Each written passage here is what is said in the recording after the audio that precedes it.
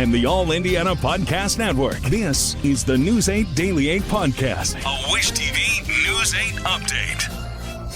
Hello, I'm Jeremy Jenkins, and this is your News 8 Daily 8 Podcast for Tuesday, December 24th. We begin with a huge local story we've been following all morning. Crews have been battling a fire at the historic sanctuary on Penn. That venue is inside of a church that was built back in 1875. We are still working to find out what caused the fire and if there are any injuries. Make sure you stay with us as we continue to follow this developing story. This morning, police have arrested 18-year-old Aaron McClure in connection to a shooting at Castleton Mall that rattled holiday shoppers. The shooting happened around 8:30 last night, about half an hour before the mall was set to close. Officers at the scene told News 8 two shots were fired, one at the Foot Locker and another at K Jewelers. While no one with injuries was found at the scene, police say a man connected to the shooting later showed up at Eskenazi Hospital with a gunshot wound. Investigators say he is stable. Officers say this likely started from a dispute between people who knew each other. We go back to that trauma that these families, the children, shouldn't have to see this, hear this, go through this ever. It's irresponsible of that small amount of individuals we continue to talk about that commit the crime in our community and we continue to go after. This is not responsible. Not responsible gun ownership, not responsible to be shooting off a firearm in a crowded venue such as the mall. If you have any information, you are encouraged to contact police or Crime Stoppers. This morning, police are also looking for a suspect in connection to another shooting that happened downtown. Authorities say a man was found shot inside the Central Library downtown. Police on scene tell us they believe the shooting happened near West 9th and North Capitol around 5:30 yesterday. Officers say witnesses and nearby security footage are helping them piece things together. We can't thank the community enough who are able to step up in instances like this, contact police and let them know that they saw something or heard something that was relevant to this investigation, which is leading our investigators in the right direction over there. At last check, the man was stable at the hospital. Indianapolis police say two people are under arrest for the death of a 7-year-old boy. Family and friends at a candlelight vigil last night identified him as Caden Gavarette. Police say he was found dead at a home on the southwest side on Sunday afternoon. 26-year-old Kevin Gavarette and 20-year-old Julia Sizemore were taken into custody for neglect of a dependent, resulting in death. Police say the boy had signs of trauma and malnourishment when officers found him. Neighbors tell us they did not know a child even lived at the home and that the couple mostly kept to themselves. Take a listen. I know I was talking to my mom about it, and she said that little boy should be opening presents right now. It shouldn't have happened. It's so shocking right now, and it's so close to home. If you don't want your kids, take them to somebody, call somebody. There's somebody that'll take them. At this point, police have not made it clear how the boy was related to the couple. On to a story from IT Mate. Luigi Mangione, the man accused of killing United Healthcare CEO Brian Thompson, has developed quite a following since his case began. As he entered a New York courtroom yesterday to plead not guilty to murder charges, there were 24 women and a number of men there to watch. Our Kat Sandoval spoke with psychologists about why the public is so fascinated with this case. Luigi Mangione has become a household name, a hero to some, an anti-hero to others. A fundraiser for his defense team has raised over $180,000.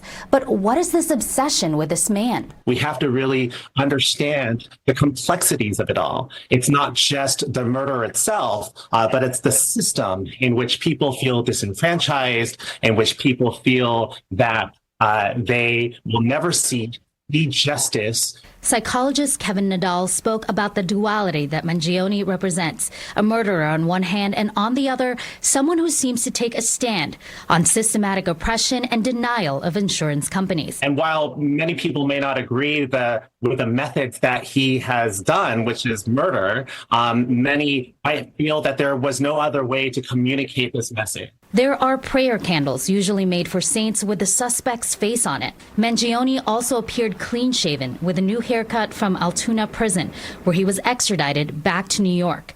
A fresh haircut demonstrates that perhaps there were people on the inside who were taking care of him, which sends a clear message that even within the prison system, that he might have other people who are rooting for him as well. Mangione targeted United Healthcare CEO Brian Thompson, but the company says he wasn't insured by them. We have effectively dehumanized Brian Thompson. Matter of fact, I don't know if you've noticed, but most of the headlines that reporting this story refer to him as the United Healthcare CEO. They don't even use his name in the headlines, right? But the killer's name is used. So we are now glorifying someone who is the pinnacle of cancel culture. Mangione is from an affluent family. It's an important point to note that we have a tendency to glorify white males, especially good-looking males, when they perpetrate crimes in a way that we don't do to any other part of the population. If that were a black man or a woman or a woman of color, it really would be a much different portrayal. Rutledge says social media thrives on emotions in real time, and that's why you hear a lot of noise. But she says these are more noise and reactions than actual solutions. Reporting in Indianapolis, I'm IT Mate's Kat Sandoval, Wish TV, wishtv.com, or follow us on Facebook for updates. Let's talk sports. The Pacers are on a road trip winning streak, and they just added another victory to the tally, taking down the Golden State Warriors. Miles Turner hit a three-pointer late in the game with a key assist from Tyrese Halliburton in the final seconds. That play helped the Pacers hold on to the lead. They finished strong with a 111-105 win. This marks their fifth straight win, and 4 of those have been on the road. The Pacers are back home this week for the holidays and will face the Oklahoma City Thunder Thursday at Gainbridge Fieldhouse. Tip-off is at 7 o'clock. When it comes to the weather, this will be a cloudy Christmas Eve. Storm Track 8 says you can expect a few showers to come in a bit later today. Meteorologist Tara Hastings has your News 8 Daily 8 forecast. I do think we're going to see more clouds today. Much of the day is going to be dry today, but some rain chances moving in here for the overnight hours and also into your Christmas day. 34 degrees right now in Indianapolis. No wind to speak of, and I don't really think we're going to see too much in the way of wind at all. We're seeing those temperatures right around that freezing mark. It's 34 in Greenwood and Franklin. Good morning to you. 33 in Mooresville, also in Brownsburg, and 34 degrees right now in Lebanon. We'll show you on Storm Tracker. We have some more clouds south of Indy and just a few very light leftover showers moving in across parts of southern Indiana. So if you're traveling along 65 and you're heading to Louisville, you may need the windshield wipers as you begin to get closer to the state line. We've got some of that sunshine. Here's our visible satellite picture. You can see sunny skies here across parts of Indianapolis. In fact, right along the I-70 corridor, but you go farther north, we're socked in the clouds here, Lafayette and points northward, and then more cloud cover southward as well. Eventually, I do think that hole in the clouds right now is going to fill in, so we'll go with a mostly cloudy sky today, and temperatures will be climbing, I think, only into the lower 40s here in Indianapolis. We're going to be talking much more about the rain showers we're anticipating for your Christmas day, and the temperatures, they're really going to climb for the end of the week. We'll share that 7-day forecast coming up in a few minutes.